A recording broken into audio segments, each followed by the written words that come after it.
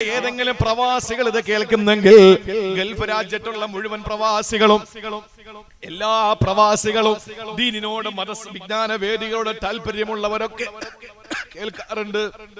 അങ്ങനെ കേൾക്കുമ്പോൾ നിങ്ങൾ വിദേശ രാജ്യത്ത് നിങ്ങളുടെ പ്രിയപ്പെട്ട പൊന്നുമക്കളുടെ കിളിക്കൊഞ്ചല്, അവരുടെ കളി, അവരുടെ തമാശ, അവരുടെ കുഞ്ഞിളം ആ ചുണ്ടിൽ നിന്ന് അവരുടെ പ്രിയപ്പെട്ട പൊന്നുമക്കളുടെ ആ കുഞ്ഞിളം ചിരി, ആ മോണയിൽ പല്ലില്ലാത്ത മോണ കാട്ടിയുള്ള പുഞ്ചിരി, അത് കാണാനുള്ള ഭാഗ്യമില്ലാതെ അങ്ങ് മണലാരുണ്യത്തിൽ പണിയെടുക്കുന്ന പ്രവാസികൾ ബാപ്പമാര്, അവര് കല്യാണം കഴിഞ്ഞ് 6, 7, 8 മാസം കഴിഞ്ഞപ്പോ യാത്രയായവരാ, വരാൻ കഴിയുന്നില്ല.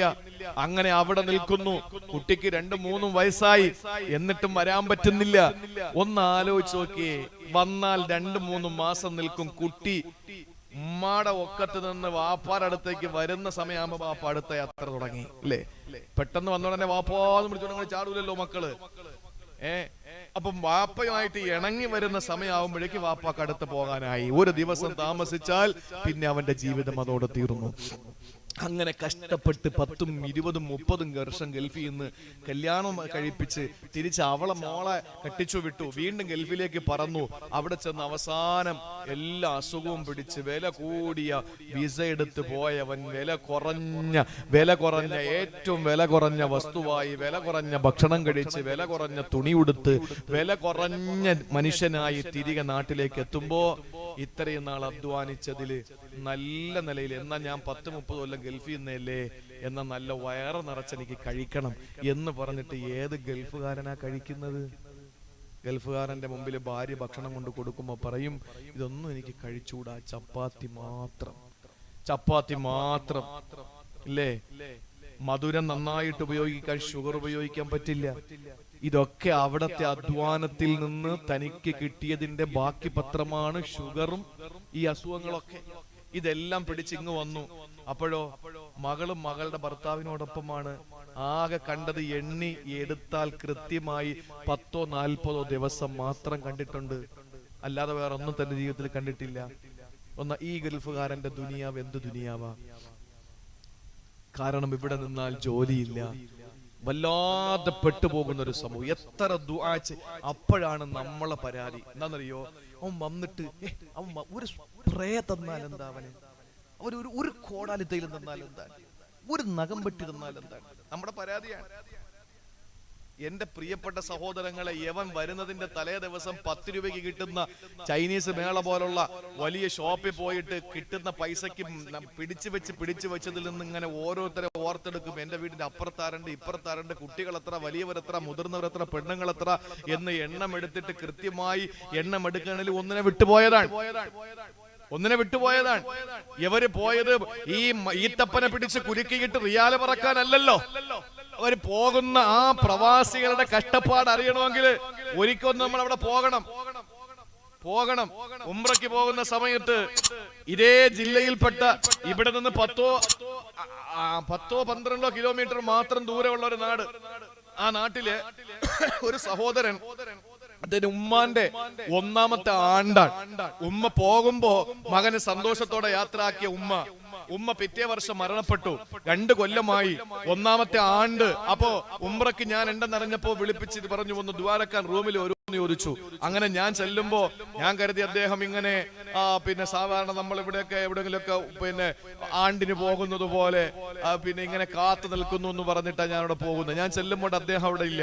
ഞാൻ ചോദിച്ചു, നിങ്ങൾ എവിടാ? ഞാൻ ഇപ്പൊ വരാം ഉസ്താദ് എന്ന് പറഞ്ഞു. നോക്കുമ്പോ അദ്ദേഹത്തിന്റെ ജോലിയുടെ ഇടയിൽ നിന്ന് ഒരു അരമണിക്കൂർ അദ്ദേഹം അവധി പറഞ്ഞിട്ട് പെട്ടെന്ന് ഇറങ്ങി വരിക, കുറച്ച് പിന്നെ ഫുഡും വാങ്ങിക്കൊണ്ട്. വന്നപ്പോൾ അദ്ദേഹത്തിന്റെ റൂമില് ഒരു വലിയ പേപ്പർ എഴുതി ഒട്ടിച്ചിരിക്കുകയാണ്. എന്താന്നറിയോ? അവിടെ 3 കട്ടിലാണ്, ഒരു കട്ടിലിന് 4 പേരാണ്. അങ്ങനെ 3, 12 പേര് കിടക്കുന്ന ഒരു ചെറിയ കെട്ടിടം, ഒരു ചെറിയ റൂം. ആ 12 പേര് ഒരു കട്ടിലിന് മുകളിലും താഴെയായിട്ടും ബർത്ത്, ട്രെയിനിന്റെ അവസ്ഥ പോലെയാ അങ്ങനെ കിടക്കുന്നത്. മൂത്രമൊഴിക്കാൻ മുട്ടിയാൽ പോലും മുകളിൽ നിർത്തും, താഴോട്ട് ഇറങ്ങൂല. കാരണം എന്താ? കഷ്ടപ്പെട്ട് പണിയെടുത്തിട്ട് വന്ന് കിടക്കുക. താഴോട്ട് ഇറങ്ങുന്നതിന്റെ കൂട്ടത്തിൽ താഴെ കിടക്കുന്നവൻ ഉണർന്നാലോ അന്നത്തെ കാര്യം, അവന്റെ കാര്യം പോയി, കാരണം ഉറക്കം പോയി. അതുകൊണ്ട് അവിടെ കടിച്ച് പിടിച്ച് അവിടെ കഷ്ടപ്പെട്ട് കിടക്കുന്ന ഒരു പ്രവാസി, ആ പ്രവാസി പാവപ്പെട്ട ആ സഹോദരന്റെ റൂമിൽ ഒരു പേപ്പറിൽ ഒട്ടിച്ചിരിക്കുന്നു, കക്കൂസ് വൃത്തിയാക്കേണ്ടവർ. ഇങ്ങനെ പേരെഴുതിയിട്ടിരിക്കുക. ഓരോ ദിവസം അങ്ങനെ റൗണ്ട്സ് ഇങ്ങനെ കറങ്ങി വരും അല്ലേ. എന്നിട്ട് റൂം വൃത്തിയാക്കേണ്ടവർ, പാചകം ചെയ്യേണ്ടവർ, ഇങ്ങനെ ഓരോ ലിസ്റ്റ് ഇങ്ങനെ ഇട്ടിരിക്കുകയാണ്. ഇങ്ങനെയൊക്കെ കഷ്ടപ്പെട്ട് അവരുടെ ഗൾഫിന്റെ അത്തർ, അവരുടെ ഊതിന്റെ മണം നാട്ടി വരുമ്പോഴേ ഉള്ളൂ കൂട്ടരെ, നാട്ടിൽ വരുമ്പോഴേ ഉള്ളൂ. നിന്റെ ഭർത്താവ് പുറത്തിറങ്ങുമ്പോൾ വിദേശ പെർഫ്യൂം അടിച്ചുകൊണ്ട് ഇറങ്ങുന്ന ആ മണമുണ്ടല്ലോ, അത് ഈ നാട്ടിൽ വരുമ്പോഴേ ഉള്ളൂ. വിദേശത്ത് പോയാ നിന്റെ ഭർത്താവിന്റെ ദുർഗന്ധം കാരണം നിനക്ക് അടുക്കാൻ പറ്റില്ല. കാരണം അത്രയും അധ്വാനിച്ച് കഷ്ടപ്പെട്ടിട്ടാണ് ഒരു ചെറിയ പെർഫ്യൂം വാങ്ങിക്കൊണ്ടുവരുന്നത്. ഈ പ്രവാസികൾ, ഞാൻ പറഞ്ഞു വന്നത്, ഇതിനിടയിലും ഇതുപോലുള്ള സദസ്സുകൾ, പ്രസംഗം കേൾക്കുന്ന ആളുകളുണ്ട്. ഇന്നലെ ഞാൻ കർണാടകയിൽ ദക്ഷിണ കന്നഡ ജില്ലയില് സൽമാറ എന്ന പ്രദേശത്താണ് ഇന്നലെ ഈ സമയത്ത് ഞാൻ പ്രസംഗിച്ചത്. അവിടെ പ്രസംഗം കഴിഞ്ഞ് രാവിലെ ഞാൻ അവിടെ നിന്ന് രാത്രി തന്നെ രാവിലെ അവിടെ നിന്ന് തിരിച്ചു ഞാൻ ഇവിടെ വന്നു. ഞാൻ പറയുന്നത്, ഇങ്ങനെ വരുമ്പോ ഒരു സഹോദരൻ, പ്രവാസിയായ സഹോദരൻ, അതെനിക്കൊരു മെസ്സേജ് അയച്ചു. ഉസ്താദെ, ഇന്നലെ തിരക്കിനിടയിൽ പകുതിയെ കേൾക്കാൻ പറ്റുള്ളൂ, ബാക്കി പകുതി ഇന്ന് രാവിലെ കേട്ടു, അൽഹംദുലില്ലാ പ്രസംഗം കേട്ടു എന്ന് പറഞ്ഞിട്ട് ഞാൻ പറയുന്നത്, ഇങ്ങനെയൊക്കെ ഉള്ള സമയത്ത് പ്രസംഗം കേൾക്കുന്ന എന്റെ പ്രവാസികളുണ്ട്. എനിക്ക് നിങ്ങളോട് പറയാനുള്ളത് ഒരൊറ്റ ഹദീസാ, അള്ളാഹുവിന്റെ ഹബീബ് സല്ലല്ലാഹു അലൈഹി വസല്ലം പറഞ്ഞ ഒരു ഹദീസാ. ഇവിടെ വളയം പിടിച്ച് ജീവിക്കുന്നവരില്ലേ, ഇവിടെ ഓട്ടോറിക്ഷ ഓടിച്ച് ജീവിക്കുന്നവരില്ലേ, ഇവിടെ മൺവട്ടിയും മൺകോരിയും കുന്താലിയും പിക്കാസും എടുത്ത് പാടത്ത് പണിയെടുക്കും ില്ലേ, അല്ലാഹുവിന്റെ ഹബീബ് സല്ലല്ലാഹു അലൈഹി വസല്ലമ തങ്ങൾ പറഞ്ഞു, നിങ്ങളുടെ പാപങ്ങൾ പൊറുപ്പിക്കപ്പെടാൻ നമസ്കാരത്തിന് കഴിയും, നോമ്പിന് കഴിയും, സക്കാത്തിന് കഴിയും, ഹജ്ജിനും ഉംറയ്ക്കും നിങ്ങളുടെ പാപങ്ങൾ പൊറുപ്പിക്കാൻ കഴിയും. നമസ്കാരം കൊണ്ടും ഹജ്ജ് കൊണ്ടും ഉംറ കൊണ്ടും പൊറുക്കാത്ത ചില പാപങ്ങളുണ്ട്. ആ പാപങ്ങളെ പൊറുപ്പിക്കാൻ ദുനിയാവിൽ അല്ലാഹു വെച്ചിട്ടുള്ള ഒരു കാര്യമാണ് അൽ ഹമ്മു. നിങ്ങളുടെ കുടുംബത്തിന് വേണ്ടിയിട്ട് കഷ്ടപ്പെടുന്നതിന്റെ പേരിൽ നിങ്ങൾ അനുഭവിക്കുന്ന ടെൻഷൻ എന്ന് നബി മുഹമ്മദ് മുസ്തഫ. നിങ്ങളുടെ മക്കൾക്ക് വേണ്ടി നിങ്ങൾ അധ്വാനിക്കുന്ന, നിങ്ങൾ നാളെ റബ്ബേ പണി കിട്ടുമോ, പണിയെടുത്താൽ കൂലി കിട്ടുമോ എന്ന നിങ്ങളുടെ മനസ്സിന്റെ വ്യാകുലത ഉണ്ടല്ലോ, ആ മനസ്സിന്റെ ടെൻഷൻ, അത് ഹജ്ജ് കൊണ്ടും നോമ്പ് കൊണ്ടും പൊറുക്കപ്പെടാത്ത ചില പാപങ്ങളെ പൊറുപ്പിക്കാൻ നിങ്ങൾക്ക് ഈ മനസ്സിലെ കുടുംബത്തിന് വേണ്ടി അധ്വാനിക്കുമ്പോഴുള്ള നിങ്ങളുടെ മനസ്സിന്റെ ടെൻഷന് കഴിയുമെന്ന് നബി മുഹമ്മദ് മുസ്തഫ.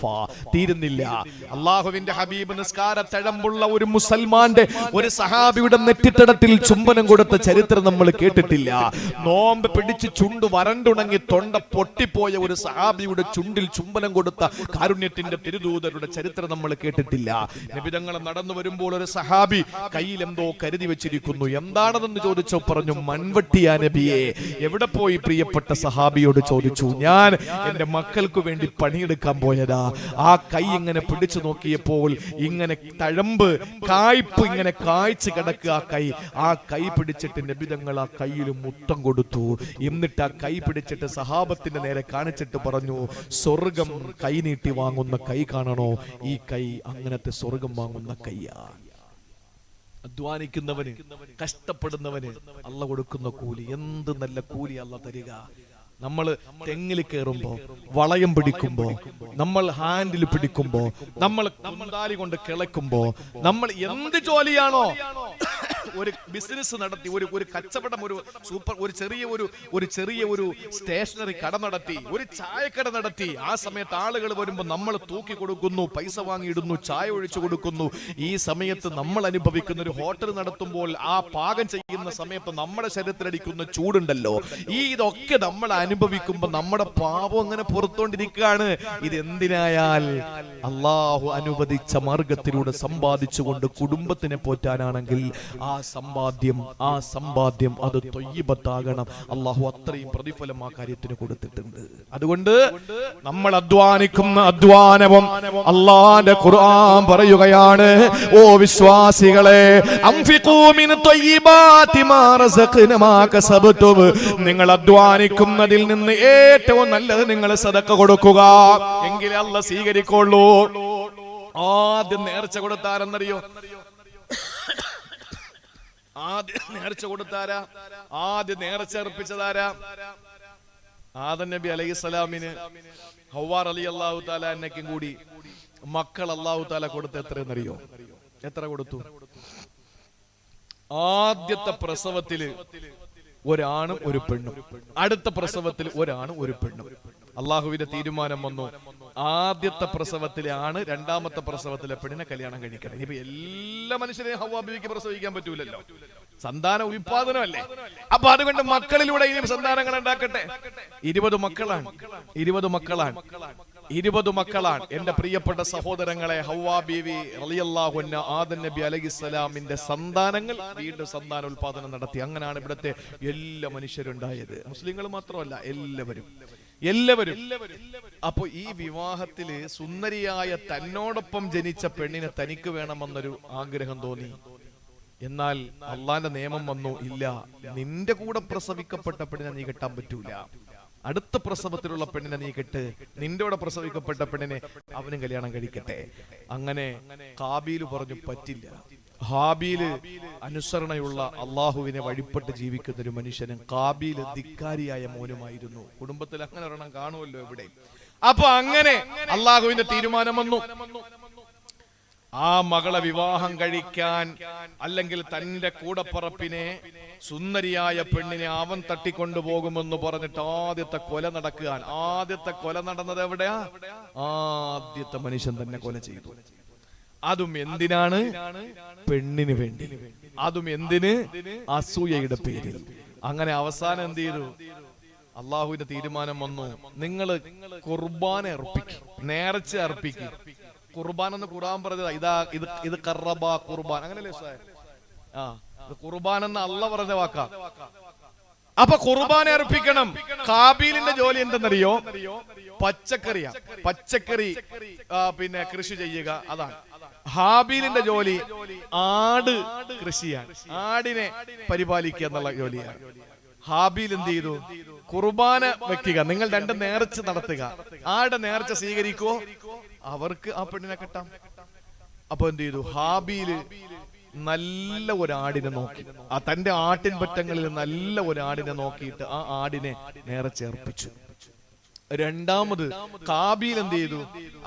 നേർച്ചയല്ലേ, ഞാൻ തിന്നുന്നതല്ലല്ലോ, മറ്റുള്ളവർക്ക് കൊടുക്കണേല്ലേ. തൊയ്യിബത്തല്ലാത്ത പച്ചക്കറിയില് ചീഞ്ഞു നാറിയ വെണ്ടയ്ക്ക, നശിച്ചു തീരാറായ അമരയ്ക്ക, ഇതെല്ലാം കൊണ്ടുവന്ന് നേർച്ചയർപ്പിച്ചു. സ്വീകരിച്ചത് ഹാബീലിന്റെ ആട്, അള്ളാഹു തള്ളിയത് ഹാബീലിന്റെ പച്ചക്കറി. തൊയ്യിബത്തല്ലാത്തതിനെ അള്ളാഹ് തള്ളി, തൊയ്യിബായതിനെ അള്ളാഹ് സ്വീകരിച്ചു. ആ സമയത്ത് എന്റെ പ്രിയപ്പെട്ട സഹോദരങ്ങളെ, ഈ നേർച്ച, ഈ ധനം ചെലവഴിച്ചതിൽ ഏറ്റവും നല്ലതിനെ അള്ളാഹ് സ്വീകരിച്ചു. അതാണ് അള്ളാഹ് പറഞ്ഞത് അൻഫിഖൂ മിൻ ത്വയ്യിബാതി മാ കസബ്തും. നിന്റെ സമ്പാദ്യത്തിൽ നിന്ന് നല്ലതാണ് ചെലവഴിക്കേണ്ടത്. നിന്റെ സമ്പാദ്യം നല്ലതാകണം, നീ ചെലവഴിക്കുന്നത് നല്ലതാകണം. അതുമായി, സമ്പാദ്യവുമായി എന്റെ പ്രിയപ്പെട്ടവരെ ഇനി കഴിക്കണമല്ലോ. ആ കഴിക്കുന്ന വിഷയത്തിൽ ഇവിടെ മാത്രമാണ് നമ്മുടെ ചർച്ചയുള്ളത്. ഈ പറയാൻ പോകുന്ന വിഷയത്തിൽ മാത്രമാണ് ചർച്ചയുള്ളത്. 2 മണിക്കൂറായി, 10 മിനിറ്റ് കൂടെ പറയും ഇൻഷാ അല്ലാഹ്. ശ്രദ്ധിക്കുക, അല്ലാഹു മനസ്സിലാക്കാനുള്ള തൗഫീക്ക് തരട്ടെ. എന്താ പറഞ്ഞത്? അല്ലാഹ് പറയുകയാണ്, യാ അയ്യുഹന്നാസു കുലൂ മിമ്മാ ഫിൽ അർളി ഹലാലൻ ത്വയ്യിബാ. ജനങ്ങളെ, യാ അയ്യുഹന്നാസ്, ജനങ്ങളെ, കുലൂ മിമ്മാ ഫിൽ അർളി ഹലാലൻ ത്വയ്യിബാ. നിങ്ങൾക്ക് തന്നതിൽ ഹലാലായ ത്വയ്യിബായതിനെ നിങ്ങൾ കഴിക്കണേ. അല്ലാഹു പറയുകയാണ്, ഹലാലായതിനെ നിങ്ങൾ കഴിക്കണേ. ഹലാലായതിനെ മാത്രമേ നമുക്ക് കഴിക്കാൻ പാടുള്ളൂ, ഹറാമായതിനെ കഴിക്കാൻ പാടില്ല. ഇത് ഇസ്ലാമിന്റെ നിയമമാണ്. ഇത് മുസ്ലിങ്ങളെ വിളിച്ച് പറഞ്ഞതല്ല. അവിടെയാണ് നമ്മൾ ചിന്തിക്കേണ്ടത്. ഹൈന്ദവ സഹോദര, നീ എന്താണ് കഴിക്കേണ്ടത്? ക്രൈസ്തവ സഹോദര, നീ എന്താണ് കഴിക്കേണ്ടത്? യാ അയ്യുഹല്ലദീന ആമനു എന്നല്ല വിളിച്ചത്. യാ അയ്യുഹന്നാസു, മനുഷ്യരെ, ചുടുനിണ സിരകളിലൂടെ ഓടുന്ന മൂക്ക് കീപ്പോട്ടുള്ള മനുഷ്യരെ, ആദമിന്റെ മക്കളെ, കൊലോ, നിങ്ങൾ തിന്നണേ, മിമ്മാ ഫിൽ അർളി ഹലാലൻ ത്വയ്യിബാ. പരിശുദ്ധമായ ഹലാലായതിനെ നിങ്ങൾ തിന്നണേ എന്ന് പറഞ്ഞാൽ ഉസ്താദും മന്ത്രിച്ച് ഊതിയതെന്നല്ല അർത്ഥം. പിന്നെന്താണ്? നിങ്ങളെ ഹലാലായ ത്വയ്യിബായത് കഴിക്കണമെന്ന് പറഞ്ഞാൽ അതിന്റെ അർത്ഥം എന്താണ്? പിടിച്ചു പറിക്കാത്ത സാധനമെന്ന്. ഏതെങ്കിലും മൃഗങ്ങൾ കുത്തിയിട്ടിട്ട് പോയി മരിച്ചു പോയതല്ലാത്തത്, പോണ പോക്കിൽ വണ്ടി കയറി ഇറങ്ങിയിട്ട് ചത്തതല്ലാത്തത്, ആരുടെയും വീട്ടിൽ കയറി അവന്റെ ഫാം കയറിയിട്ട് അവനെ കാണാതെ പിടിച്ചു കൊണ്ടുവന്ന ആടല്ലാത്തത്, നല്ല നിലയിൽ അറുത്ത് നല്ല മൂർച്ചയുള്ള കത്തി കൊണ്ടറുത്ത് അതിന്റെ രക്തം മുഴുവനും വാർന്നുപോയി അതിനെ നന്നായിട്ട് കഴുകി വൃത്തിയുള്ള ഭക്ഷണം ആ വൃത്തിയുള്ള പാത്രത്തിൽ വേവിച്ച് നല്ല മനോഹരമായ ത്വയ്യിബത്തായ ഭക്ഷണം നിങ്ങൾ കഴിക്കണമെന്ന് ഖുർആൻ എല്ലാ മനുഷ്യരോടും അത് പറയുമ്പോൾ, കഴിക്കുന്നതും എന്റെ പ്രിയപ്പെട്ടവരെ ത്വയ്യിബത്താകണം, കഴിക്കുന്നതും പരിശുദ്ധമാകണം. സഹോദര, അങ്ങനെ കഴിച്ചുകൊണ്ട് നമ്മളെ ജീവിതത്തിലേക്ക് നമ്മൾ ഇറങ്ങുമ്പോ നമ്മുടെ ഓരോരുത്തരുടെയും ജീവിതവും ത്വയ്യിബാകണം. ഞാൻ അവസാനിപ്പിക്കുകയാണ്, നമ്മുടെ ജീവിതവും ത്വയ്യിബാകണം. എങ്ങനെയാകണമെന്ന് അല്ലാഹ് പറയുകയാണ്, മൻ അമില സാലിഹൻ മിൻ ദക്കരിൻ ഔ ഉൻസാ വഹുവ മുഅ്മിനുൻ ഫലനുഹ്യിയന്നഹു ഹയാതൻ ത്വയ്യിബാ. അല്ലാഹുവിന്റെ വിശുദ്ധമായ ഖുർആൻ പറയുകയാണ്, മൻ അമില സാലിഹൻ, ആര് സൽക്കർമ്മം ചെയ്യുന്നുണ്ടോ, മിൻ ദക്കരിൻ, ആണാകട്ടെ, ഉൻസാ, പെണ്ണാകട്ടെ, അവര് സൽക്കർമ്മം ചെയ്യുന്നുണ്ട്. സൽക്കർമ്മം മാത്രം ചെയ്താ പോരാ. എത്ര എംപിമാര് നോമ്പ് പിടിക്കുന്നുണ്ട്, എത്ര MLA-മാര് നോമ്പ് പിടിക്കുന്നുണ്ട്. അമല് ചെയ്തെന്ന് പറഞ്ഞിട്ട് കാര്യമില്ല, പക്ഷെ ഒരു ഡിമാൻഡ് കൂടിയുണ്ട്.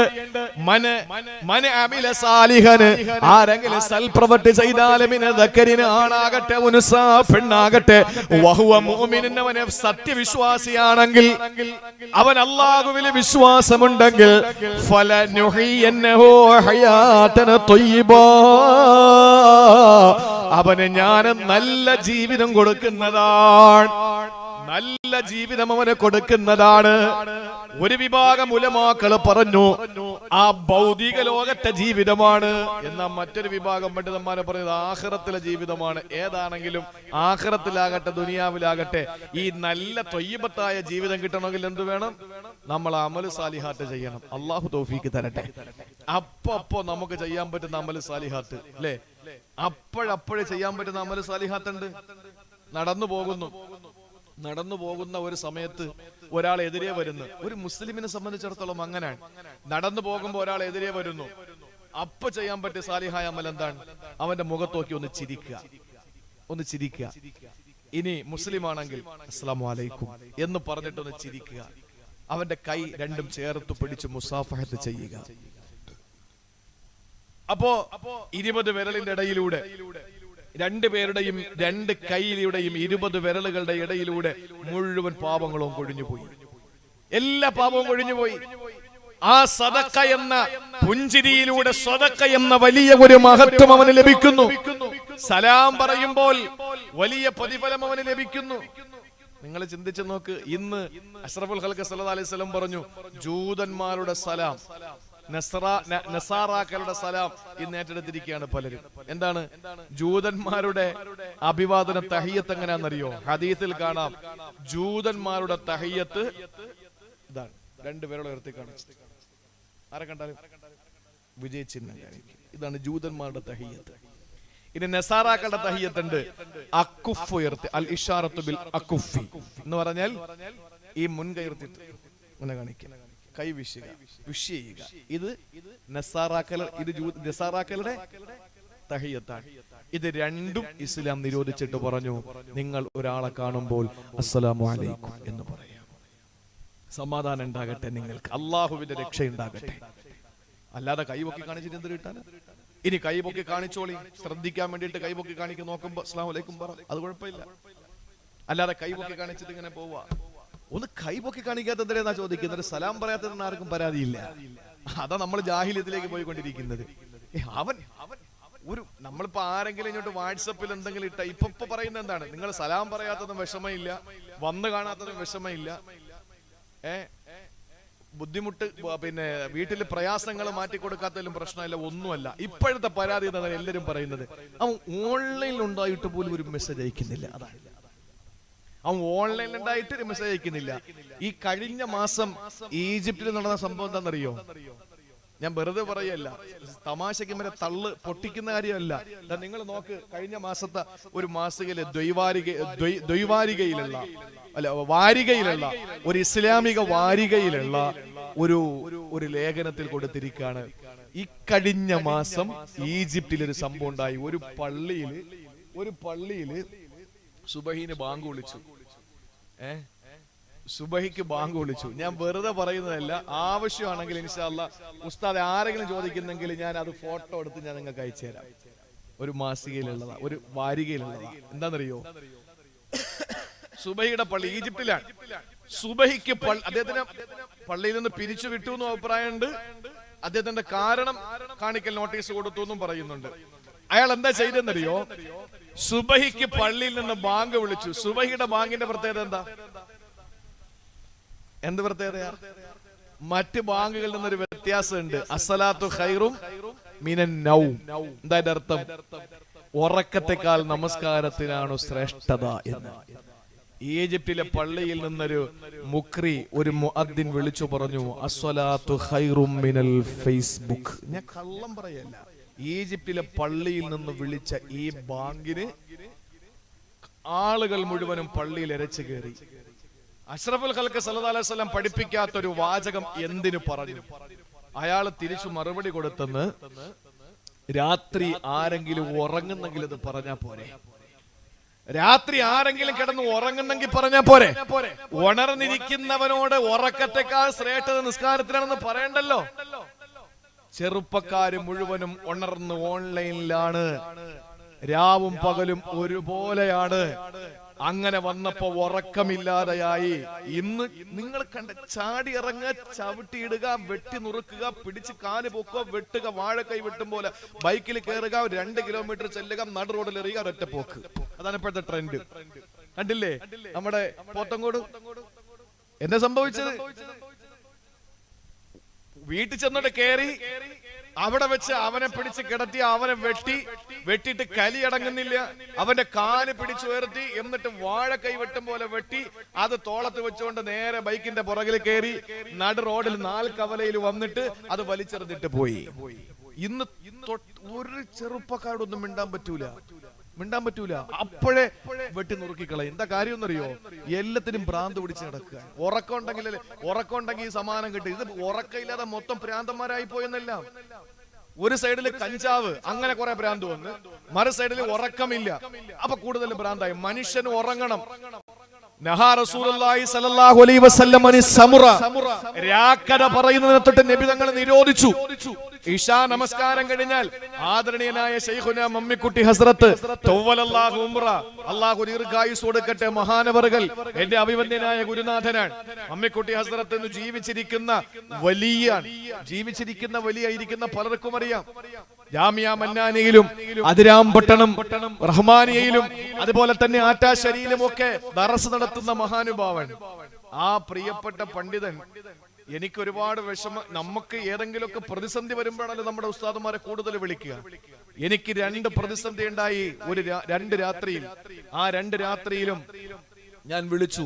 അപ്പൊ എന്നോട് പറഞ്ഞു, രാത്രി ഒന്നും മിണ്ടാൻ പാടില്ല, അതുകൊണ്ട് രാത്രി വിളിക്കണ്ട, മിസ് കോൾ ഇടുക, രാവിലെ ഞാൻ തിരിച്ചു വിളിച്ചോളാം. റസൂലുള്ള രാത്രി സംസാരിച്ചിട്ടില്ല. നിങ്ങൾ അങ്ങനെ ജീവിക്കുന്ന മനുഷ്യരുണ്ടെന്ന് ആലോചിച്ച് നോക്കിയേ. ഇത് ഇപ്പോഴുള്ള കഥയായി പറയുന്നത്. നേരം വെളുക്കുന്നതിന് മുമ്പ് രാത്രിയുടെ 3-ാം യാമത്തിൽ, രാത്രിയുടെ 3-ാമത്തെ 3 മണിക്കൂർ, അതാണ് 3-ാം യാമത്തിൽ. അതായത് ഇശാ നമസ്കാരം കഴിഞ്ഞ് കിടന്നാൽ സഹറിന്റെ സമയം, അത്താഴം കുടിക്കാൻ എഴുന്നേൽക്കുന്ന സമയം, ഇടയത്താഴത്തിന്റെ സമയം. ആ സമയത്ത് പണ്ട് കാലങ്ങളിലെ പള്ളിയിൽ നിന്ന് ഇപ്പോൾ സമയം 3 മണി കഴിഞ്ഞ് 45 മിനിറ്റ് ആയിരിക്കാണ്. ഇപ്പൊ അതൊന്നും കേൾക്കാനില്ല, അതിന്റെ ആവശ്യമില്ലല്ലോ. എല്ലാവർക്കും ഇപ്പൊ ആരെയും വിളിച്ചു നിർത്തണ്ട, സ്വന്തമായി എണീറ്റു വരാൻ അവരുടെയൊക്കെ കയ്യിൽ അലാറവും മറ്റു സംവിധാനങ്ങളൊക്കെ വന്ന്, മൊബൈലൊക്കെ വന്നപ്പോൾ അതിന്റെ ആവശ്യമില്ല. പണ്ട് കാലങ്ങളിൽ പള്ളി, ഞങ്ങളെ പനൂരത്തെ പള്ളിയിൽ നിന്നൊക്കെ കൃത്യമായി വിളിക്കും. അതിനുമുമ്പ് കുറച്ച് ഓതും. ഞാനും അങ്ങനെ ചെറിയ പ്രായത്തിൽ ഇങ്ങനെ ബൈത്ത് പാടാനും ഓതാനൊക്കെ പള്ളിയിൽ പോയിട്ടുണ്ട്. ഞാൻ പറഞ്ഞു വന്നത്, സഹോദരങ്ങളെ, ആ ഒരു കാലഘട്ടത്തിൽ, ആ ഒരു അവസ്ഥയിൽ രാത്രിയിൽ നിന്ന് നമ്മൾ അവസാന ഭാഗത്ത് അത്താഴത്തിന് എഴുന്നേൽക്കുന്ന സമയത്ത് നമ്മൾ എഴുന്നേൽക്കണം. സുബഹിക്കല്ല നമ്മൾ എഴുന്നേൽക്കേണ്ടത്, അതിന് മുമ്പേ ഒരു വിശ്വാസി എഴുന്നേൽക്കണം. കിടക്കേണ്ടത് എപ്പോഴാ? ഇശാ കഴിഞ്ഞാൽ ഉടനെ. ഞാൻ ചെറിയ കാര്യം കൂടെ പറഞ്ഞുതരാം. നിങ്ങൾ നോക്ക്, ലോകത്ത് ഏറ്റവും കൂടുതൽ കശാപ്പ് ചെയ്യപ്പെടുന്നത് ഏതാണ്? ആടാണ്. ആടാണ്. നമ്മളെ നാട്ടിലൊക്കെയാണ് കോഴി കശാപ്പ് ചെയ്യുന്നത്. ഏറ്റവും കൂടുതൽ കശാപ്പ് ചെയ്യപ്പെടുന്ന ജീവി ആടാണ്. എന്നാൽ ഏറ്റവും കൂടുതൽ ഈ നമ്മുടെ നാട്ടിലുള്ളത് എന്താണ്? ആടാണ്. ഏറ്റവും കൂടുതലുള്ള ആടാണ്. വീട്ടിൽ വളർത്തുന്നത് ആടാൻ. 2, 3, 4, 5 ആടുകളുള്ള വീടുകളുണ്ട്. ചില വീടുകളിൽ തീരെയില്ല, അത് പോട്ടെ. എന്നാ പട്ടി റോഡിൽ ഇങ്ങനെ ഇഷ്ടംപോലെ പട്ടി. അത് കന്നിമാസത്തിലെ കൂടുതൽ കാണും, അല്ലാത്തപ്പോഴൊക്കെ പട്ടി കുറവാ. എന്തായാലും ഈ പട്ടി ഇങ്ങനെ ചുറ്റിപ്പറ്റി ഓടുന്നു. അത് നമ്മൾ ബൈക്ക് ഇടിച്ചാൽ പോലും, വണ്ടി ഇടിച്ചാൽ പോലും അതിനൊരു കുലുക്കമില്ല. എണീറ്റ് നന്നായിട്ട് നടന്നങ്ങ് പോകും. ഈ ഇടിച്ചപ്പം പിന്നെ 6 മാസം ആശുപത്രി കിടക്കേണ്ടി വരും. ആ ഒരു അവസ്ഥയിൽ ഒരുപാട് പേര് അപകടത്തിൽപ്പെടുത്തിയ ഈ പട്ടി ഉണ്ടല്ലോ, ആ പട്ടി ഒരു കുഴപ്പമില്ലാതെ ഓടി നടക്കുന്നു. ആട് നിരന്തരം കശാപ്പ് ചെയ്തിട്ടും ഈ ആട് ഇഷ്ടംപോലെ അള്ളാഹു അതിന്റെ വർഗത്തിന് ബറക്കത്ത് കൊടുത്തു. എന്താ കാര്യം എന്നറിയോ? ആടിന് ഒരു പ്രത്യേകതയുണ്ട്. ആട് രാത്രി നന്നായിട്ട് ഉറങ്ങും, അത് അയവിട്ടില്ല. സുബഹിയുടെ സമയമാകുമ്പോൾ അതിന് തൊട്ടു മുമ്പ് ആട് ഉണരും. അതിന്റെ വർഗത്തിന് അല്ലാഹു ബറക്കത്ത് കൊടുത്തു. എന്നാൽ പട്ടി നിങ്ങൾ കണ്ടിട്ടുണ്ടോ? പട്ടിയുടെ ഏറ്റവും വലിയ സമ്മേളനം നടക്കുന്ന രാത്രിയാ. എവിടെ പോയാലും രാത്രി പട്ടിയാണ്. സുബഹിയുടെ ബാങ്കിന്റെ സമയമാകുമ്പോ കടയുടെ മുൻപിൽ കടത്തിണ്ണയിൽ കിടന്നുറങ്ങും പട്ടി. അപ്പൊ സുബഹി വരെ ഫേസ്ബുക്കിൽ കളിച്ചിട്ട് ബാങ്ക് കേൾക്കാറാകുമ്പോ ഉറങ്ങുന്നവന്റെ അവസ്ഥ ബറക്കത്തുണ്ടാവോ ഇല്ലേ? ഏത് വിഭാഗത്തിൽപ്പെടും? ഒന്ന് ആലോചിച്ച് നോക്കി. ഇതാണ് മനുഷ്യന്റെ അവസ്ഥ. അതുകൊണ്ട് ഈജിപ്തിലെ പള്ളിയിൽ നിന്ന് ഇങ്ങനെ ഒരു ബാങ്ക് പറ്റി അവര് നോട്ടീസ് കൊടുത്തിരിക്കുന്നു. ഇത് ഉള്ള കാര്യമാണ് ഞാൻ ഈ പറഞ്ഞത്. അപ്പൊ അതുകൊണ്ട് ഓരോ വ്യക്തികൾക്കും അവസരോചിതമായി അമല് ചെയ്യാനുള്ള സൗകര്യമുള്ളത് പരിശുദ്ധമായ ഇസ്ലാമിന്റെ പ്രത്യേകതയാണ്. നടന്നു വരുന്ന വഴിയിൽ ഒരു വിശ്വാസിയുടെ മുഖത്ത് നോക്കി കിട്ടുന്ന പുഞ്ചിരിച്ചാൽ സ്വതക്ക. നടന്നു പോകുന്ന വഴിയിൽ ഒരാൾക്ക് ഒന്ന് ചുമടെടുത്ത് വെക്കാൻ പറ്റുന്നില്ല, അതിനെ ഒന്നെടുത്തിട്ട് ഇങ്ങനെ വെച്ചു കൊടുത്താൽ അത് സ്വതക്ക. എന്തൊരു അനുഗ്രഹമാണ് അള്ളാഹു തരുന്നത്. അതുകൊണ്ട് ഏതൊരാണാവട്ടെ പെണ്ണാകട്ടെ അവന്റെ ജീവിതത്തിൽ അള്ളാഹു അനുഷ്ഠിക്കാൻ പറഞ്ഞ, അള്ളാഹു പൊരുത്തപ്പെട്ട അമലുകൾ ചെയ്താൽ ഫലനുഹിയന്നഹു ഹയാതൻ ത്വയ്യിബാ, അവന് പരിശുദ്ധമായ ജീവിതം കൊടുക്കുമെന്നാണ്. അങ്ങനെ പരിശുദ്ധ ജീവിതം നേടിയാൽ ഇവിടെ ആണുങ്ങളും പെണ്ണുങ്ങളും ത്വയ്യിബീങ്ങളായി മാറും. ഇത്രയുണ്ടെങ്കിൽ ഈ നാട്ടിലുള്ള ആളുകൾ മുഴുവനും ത്വയ്യിബീങ്ങളായി മാറും, പെണ്ണുങ്ങളെ ത്വയ്യിബാത്തുകളായി മാറും. അള്ളാഹു അങ്ങനെ ആക്കട്ടെ. മറക്കരുത്, നാട്, മണ്ണ്, വീട്, വൃക്ഷം, മക്കള്, ഭാര്യ, അധ്വാനം, ഇതൊക്കെ നമ്മൾ ജീവിതത്തിൽ ത്വയ്യിബത്താകണമെന്ന് ഖുർആനിന്റെ സന്ദേശമാണ്. അല്ലാതെ കഴിക്കുന്നത് മാത്രമല്ല ത്വയ്യിബത്താകേണ്ടത്. അപ്പൊ ഇത്രയും ത്വയ്യിബത്തായാൽ പിന്നെ ഈ നാട്ടിൽ എന്താ സംഭവിക്കാൻ പോകുന്നത്? ഇവിടെ എന്താ സംഭവിക്കാൻ പോകുന്നത്? വിശുദ്ധ ഖുർആൻ സൂറത്തുൽ നൂറിൽ അല്ലാഹു പറഞ്ഞു, അൽ ഖബീസാതു ലിൽ ഖബീസീൻ വൽ ഖബീസൂന ലിൽ ഖബീസാ വത്വയ്യിബാതു ലിത്വയ്യിബീന വത്വയ്യിബൂന ലിത്വയ്യിബാത്. ആണുങ്ങള് ഖബീസായ, പെണ്ണുങ്ങള് ഖബീസത്ത്. ആണുങ്ങള് തയ്യിബായാല് പെണ്ണുങ്ങള് തയ്യിബാത്ത്. ഇനി പെണ്ണുങ്ങള് ത്വയ്യിബാത്തായാൽ ആണുങ്ങള് ത്വയ്യിബുകൾ, പെണ്ണുങ്ങള് ഖബീസാത്തായാൽ ആണുങ്ങള് ഖബീസ്. ഇതെന്റെ സഹോദരങ്ങളെ പൊതുതത്വമാണ്. നമ്മൾ പറയും നല്ല പെണ്ണിനെ കിട്ടിയില്ല. എങ്ങനെ കിട്ടും? മോള് LLB ആണെങ്കിൽ നമ്മുടെ മകള് LLBക്ക് പഠിക്കുന്നവളാണ്, പഠിച്ചു കഴിഞ്ഞു, അവള് നല്ല 1-ാം തരം വക്കീലായി. എന്നാൽ ആ മോളെ തെങ്ങ് തെങ്ങ് കയറാൻ പോകുന്നതിനെ കെട്ടിച്ചു കൊടുക്കുവോ? ഇല്ല. നമ്മൾ എന്താ പറയണ? വെക്കൂല. നമ്മൾ LLB കാരനെ തന്നെ നോക്കുന്നു. മകള് MBBS ആണ്. ആരെങ്കിലും ഓട്ടോറിക്ഷ ഓടിക്കുന്നവനെ കെട്ടിച്ചു കൊടുക്കോ? ഇല്ല. കെട്ടിക്കുന്നത് ഒരു ഡോക്ടറെ കൊണ്ടായിരിക്കും. ഇല്ലേ? നമ്മൾ എന്താ പറയുന്നത്? കുഫുവത്തില്ല എന്നാ പറയുന്നത്. ഇത് നമ്മൾ വെച്ച കുഫുവാണെങ്കിലേ, ഇത് MBBS കാരനെ MBBS കാരൻ തന്നെ കല്യാണം കഴിക്കണമെന്ന് അള്ള വെച്ച നിയമമല്ല, ഇത് നമ്മൾ വെച്ച നിയമമാണ്. നമ്മൾ വെക്കുന്നതിന് മുമ്പ് അള്ള നിയമം വെച്ചു. എന്താ? അൽ ഖബീസാതു ലിൽ ഖബീസീൻ والخبيثون للخبيثات والطيبات للطيبين والطيبون للطيبات. എന്താണ് അല്ലാഹ് പറഞ്ഞത്? നല്ല ആണുങ്ങൾക്ക് അതേപോലെ നല്ല പെണ്ണുങ്ങളെ അല്ലാഹു കൊടുക്കും. മോശപ്പെട്ട ആണുങ്ങൾക്ക് അല്ലാഹു കൊടുക്കുന്നത് മോശപ്പെട്ട പെണ്ണിനെ തന്നെ ആയിരിക്കും, സംശയമില്ല. സഹോദരങ്ങളെ, ഇത് അല്ലാഹ് വെച്ച കുഫുവാണെങ്കിൽ ഈ നാട് ത്വയ്യിബീങ്ങളെ കൊണ്ട് നിറയണം, ഈ നാട് ത്വയ്യിബാത്തുകളെ കൊണ്ട് നിറയണം. അതിനെന്തു വേണം? ഈ പറഞ്ഞ രീതികൾ അവലംബിക്കുക. നമ്മുടെ നാട്ടിൽ നിന്ന് തുടങ്ങാ, നമ്മുടെ വീട്ടിൽ നിന്ന് ആരംഭിക്കാ, നമ്മളിൽ നിന്ന് തുടങ്ങാ, നമ്മുടെ ഭാര്യമാരിലൂടെ സന്താനങ്ങളിലൂടെ ഈ നാട് മുഴുവൻ ത്വയ്യിബീങ്ങളായ നബിയെ അങ്ങയോട് വന്നിട്ട് ചോദിക്കും. എന്താ ചോദിക്കുന്നത്? അവർക്ക് എന്താ ഹലാലെന്ന് അവരോട് നിങ്ങൾ പറയണം. നബിയേ, ത്വയ്യിബാത്ത് നിങ്ങൾക്ക് അനുവദനീയമാണ്. എന്നിട്ട് അല്ലാഹുവിന്റെ റസൂൽ പറഞ്ഞ രണ്ടാണ്. ഇന്നല്ലാഹ ത്വയ്യിബുൻ, അല്ലാഹ് പരിശുദ്ധനാണ്. അതുകൊണ്ട് തന്നെ യുഹിബ്ബു ത്വയ്യിബ, അവൻ പരിശുദ്ധമായതിനെ മാത്രമേ ഇഷ്ടപ്പെടുള്ളൂ. ലാ യഖ്ബലുല്ലാഹു ഇല്ലാ ത്വയ്യിബാ, പരിശുദ്ധമല്ലാത്തതൊന്നും അല്ലാഹ് വേണ്ട. അത് നാടാണെങ്കിലും വേണ്ട, അത് വീടാണെങ്കിലും വേണ്ട, അത് എന്താണെങ്കിലും വേണ്ട, പരിശുദ്ധമായതിനെ മാത്രം അല്ലാഹു മതി, അല്ലാത്ത ഒന്നും അല്ലാഹു വേണ്ട. അതുകൊണ്ട് പ്രിയപ്പെട്ട സഹോദരങ്ങളെ, നമ്മുടെ ജീവിതത്തെ നമ്മളത് ധന്യമാക്കി അല്ലാഹു അനുഗ്രഹിക്കട്ടെ.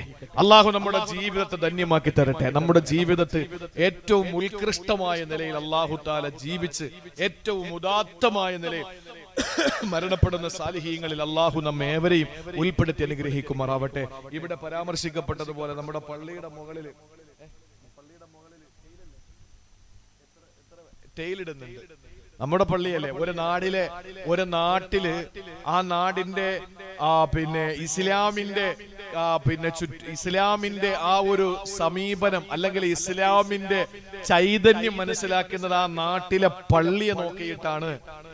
ആ നാടിന്റെ മോശമായ അവസ്ഥയെ പരിഗണിക്കുന്നത് ആ നാട്ടിലെ മാർക്കറ്റുകളെ നോക്കിയിട്ടാണ്. അപ്പോ നമ്മുടെ നാട്ടിൽ വരുമ്പോൾ നമ്മുടെ പള്ളി എപ്പോഴും മനോഹരമായിരിക്കണം. അത് ദീനീ ചൈതന്യത്തിന്റെ ഒരു വലിയ പ്രതീകമാണ്, ഒരു വലിയ പ്രതിഫലനമാണ്. അതുകൊണ്ട് ഇൻഷാ അല്ലാഹ് സാമ്പത്തികമായ പ്രതിസന്ധിയും വിഷമവും ഒക്കെ നമ്മുടെ മുമ്പിൽ ഉണ്ടാകുമ്പോഴും ഞാൻ എന്റെ പ്രിയപ്പെട്ട സഹോദരങ്ങളോട് പറയാൻ, പലതുള്ളി പെരുവെള്ളം നമ്മളെ കഴിയുന്ന സദക്ക കൊടുത്തിട്ട് ഇന്ന് കളക്ട് ചെയ്യുന്നുണ്ടോ?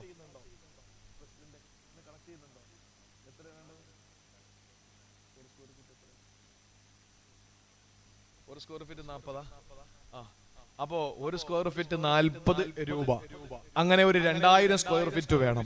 ഞാൻ എന്റെ പ്രിയപ്പെട്ട സഹോദരങ്ങളോട് തൽക്കാലം ഒന്ന് തുടങ്ങി വെക്കാം. കാരണം ഞാന് നമ്മുടെ നാളെ ബഹുമാനപ്പെട്ട നാസിമുദ്ദീൻ ബാഫക്കി തങ്ങൾ ഇവിടെ നസീഹത്തും ദുആയും ഒക്കെ നിർവഹിക്കുമ്പോൾ ഇൻഷാ അല്ലാഹ് നിങ്ങൾക്ക് ഈ പറയുന്ന ഈ വിഷയത്തിൽ പള്ളിയുമായി ബന്ധപ്പെട്ട നമുക്ക് ആവശ്യമായ ആ സംരംഭത്തിന് നമുക്ക് ഇൻഷാ അല്ലാഹ് സഹായിക്കാൻ കഴിയും. നമ്മുടെ പിന്നെ കാനൂര് പള്ളിയിൽ ഞാൻ വർഷങ്ങളോളം പ്രസംഗിക്കുന്ന ഒരു പള്ളിയാണ്. അവിടെ അൽഹംദുലില്ലാ ചോദിക്കുമ്പോ ആവശ്യമായതിലപ്പുറം അവസാന കമ്മിറ്റിക്കാരൻ പറയും, ഇതിപ്പണ്ട് ഇവിടെ കമ്മിറ്റിക്കാർ മതി, ഇനി പിരിക്കണ്ട എന്ന് പറയും. കാരണം എന്താണ്? അല്ലാഹു തആല ആ കൊടുക്കുന്ന അവരുടെ മനസ്സിന്റെ വിശാലതയാണത്. നമ്മളിപ്പോ എന്താണോ വേണ്ടത് അൽഹംദുലില്ലാ നമുക്ക് പലരാൽ എടുത്തിട്ട് നമ്മുടെ പള്ളിക്ക് ചെയ്യാൻ പറ്റും. നമ്മുടെ വീടുകൾ സ്വന്തമായി നമ്മുടെ വീട്ടിൽ ടൈലിടണം, അപ്പുറത്തെ വീട്ടുകാർ ചോദിച്ചാൽ തരില്ല. അതേസമയം പള്ളി പണിയല്ല. അതുകൊണ്ട് പ്രസംഗിക്കാതിരിക്കുക അത് മറ്റൊരു വിഷയം. ഇവിടെ എത്തുക എന്നുള്ളത് എന്റെ ഒരു ഹക്കാണ്. അതുകൊണ്ട് ഞാൻ എത്തി. ഞാൻ നിങ്ങളോട് ചോദിക്കാം, ഇതിന് ഇൻഷാ അല്ലാഹ് ഒരു 100 സ്ക്വയർ ഫീറ്റ് 4000 രൂപ നമുക്ക് കഴിയുന്നതാണ്. ഇത് നമ്മൾ ഇൻഷാ അല്ലാഹ് ഇന്ന് കൊടുത്ത് നാളെ ബഹുമാനപ്പെട്ട തങ്ങൾ വന്നൊരു 100 സ്ക്വയർ ഫീറ്റ് ഇടാകുമ്പോൾ നമുക്ക് പിന്നെ 100 സ്ക്വയർ ഫീറ്റിന്റെ ഒരു 10 പേര് ഇടാകുമ്പോഴേക്കും 2000 സ്ക്വയർ ഫീറ്റ് ആയി. നമ്മുടെ പള്ളി മനോഹരമായി ടൈലിടാൻ പറ്റും. നമ്മുടെ നാടുകളിലുള്ള പള്ളികൾ മനോഹരമാകണം. നമ്മുടെ പള്ളിയിൽ കയറുമ്പോൾ നമുക്കൊരു സന്തോഷം ഉണ്ടാകണം. പക്ഷെ ഞാൻ ഒന്നുകൂടെ പറയാം, പണ്ടുള്ള പള്ളി, പണ്ടുള്ള ഓടുപുര, ആ പള്ളിയിൽ നിസ്കരിക്കുന്ന ഭയഭക്തി ഒന്നും പുത്തൻ പള്ളികളിൽ കിട്ടൂല. അപ്പോൾ നമ്മൾ പറയാണ് പണ്ടുള്ള പള്ളികളിൽ എന്തു സുഖമായിരുന്നു. പക്ഷെ തിരിച്ചു പറയാനുള്ളത്, പണ്ട് ഈ ഓല കെട്ടിയ വീട്ടിലെ സുഖമൊന്നും ഇപ്പോഴത്തെ കോൺക്രീറ്റ് വീട്ടിലും കിട്ടുന്നില്ല. അപ്പൊ കോൺക്രീറ്റ് വീട് വെച്ചിട്ട് പഴയ ഓല കെട്ടിടം ഇടിച്ചവരാണ് പറയുന്നത് പണ്ടത്തെ പള്ളിയിലെ നിസ്കാരത്തിന് പുത്തൻ പള്ളിയിലെ നിസ്കാരത്തിന് കൂലി ആ ഒരു ഖുശൂ കിട്ടുന്നില്ല എന്ന്. അപ്പൊ കാലം മാറിയനുസരിച്ച് കോലം മാറിക്കൊണ്ടിരിക്കുകയാണ്. അപ്പൊ നമ്മുടെ വീട് അമ്പര ചുംബിയായി നിൽക്കുമ്പോ നമ്മുടെ പള്ളികൾ ഇങ്ങനെ ഒടിഞ്ഞു വീഴാറായി നിൽക്കുന്നത് ശരിയല്ല. അതുകൊണ്ട് നമ്മുടെ പള്ളി നമുക്ക് ഭംഗിയാക്കണം. അള്ളാഹു അനുഗ്രഹിക്കട്ടെ. 2 സഹോദരങ്ങൾ 200 സ്ക്വയർ ഫീറ്റ് ആയി. അള്ളാഹു കബൂലാക്കട്ടെ. 8000 രൂപ. പടച്ചവനെ ആ 2 പേരെയും നീ സഹായിക്കണേ തമ്പുരാനെ, സഹായിക്കണേ അല്ലാ, സഹായിക്കണേ അല്ലാ. പടച്ചവനെ എല്ലാ വിഷമങ്ങളും പ്രയാസങ്ങളും മാറ്റിക്കൊടുക്കണേ അല്ലാ. എല്ലാ ബുദ്ധിമുട്ടുകളും നീ മാറ്റണേ അല്ലാ. അവരുടെ ജീവിതത്തിൽ പടച്ചവനെ ഖൈറു ബറകാത്ത് കൊടുക്കണേ അല്ലാ.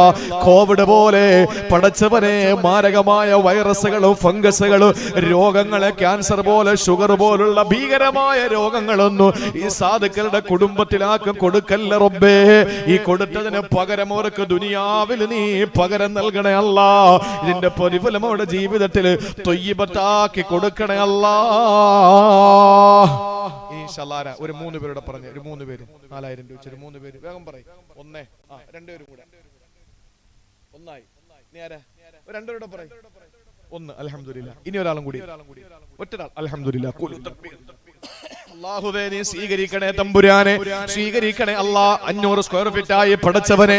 യാ റബ്ബേ, യാ റബ്ബേ, സാധുക്കളാണ്, നിനക്കറിയാം പടച്ചവനെ, കോടികളൊന്നുമുള്ളവരല്ല. അന്നന്നത്തെ വക കണ്ടെത്തിയിട്ട് ജീവിക്കുന്ന പാവങ്ങളാ. അവർക്ക് നീ പകരം കൊടുക്കണേ അല്ലാ. നിന്റെ ഖജനാവ് വിശാലമാണ് റബ്ബേ, നിന്റെ ഖജനാവ് വിശാലമാണ് റബ്ബേ. നീ സഹായിക്കണേ അല്ലാ. നൂറുദ്ദീൻ ഉസ്താദ്, നിങ്ങളെ വീട് ഇവിടെയാ? ഞങ്ങൾ ഒരുമിച്ച് പഠിച്ചതാ. നൂറുദ്ദീൻ മന്നാനി കുറക്കോടെന്ന് കേട്ടിട്ടുണ്ട്. പക്ഷെ ഈ കുറക്കോടാണെന്ന് അറിഞ്ഞൂടല്ലോ. നിങ്ങൾ എവിടെ കമ്മറ്റി പറ. അൽഹംദുലില്ലാ. അപ്പൊ 500 സ്ക്വയർ ഫീറ്റ് ആയി. അള്ളാഹു സ്വീകരിക്കട്ടെ. 6ാമതാണോ? 5 ഇവിടെ ആയി. 2 6 അൽഹംദുലില്ലാ. അല്ലാഹു ഒരു 4 പേരുടെ പറയും. 4 പേരോട് അങ്ങ് പറയും ഇൻഷാ അല്ലാ. 1 പ്രസിഡന്റ്, 1 നിങ്ങൾ. അപ്പൊ അൽഹംദുലില്ലാ 8 ആയി അല്ലേ? 8 ആയി. ഇനി 2 പേരും കൂടെ പുരുഷന്മാരുടെ ഭാഗത്ത് 1. അൽഹംദുലില്ലാ. ഇനി ഒരാളും കൂടി. ആരാ? ഒറ്റൊരാളും കൂടി. ആ ഭാഗ്യവാൻ ആരാ? ഒന്ന് പറഞ്ഞേക്ക് ഇൻഷാ അല്ലാ. ഒരാളും കൂടി പുരുഷന്മാരുടെ ഭാഗത്ത്. അൽഹംദുലില്ലാ. ഖൂലു തക്ബീർ. അല്ലാഹുവേ നീ ഖബൂൽ ചെയ്യണേ തമ്പുരാനെ. അല്ലാഹുവേ പടച്ചവനെ നീ അനുഗ്രഹിക്കണേ അല്ലാ. അല്ലാഹുവേ ഈ നൽകിയവരുടെ മനസ്സിന്റെ മുറാദ് നിനക്കറിയാം. ജാരിയായ സ്വതക്കയാക്കണേ അല്ലാ. അവരുടെ ജീവിതത്തിൽ എല്ലാ പ്രയാസങ്ങളും മാറ്റി എല്ലാ ഗിനയുടെയും സന്തോഷത്തിന്റെയും ഫറഹിന്റെയും സുറൂറിന്റെയും ബാബുകളെ തുറന്നു കൊടുക്കണേ അല്ലോ. തുറന്നു കൊടുക്കണേ പടച്ചവനെ.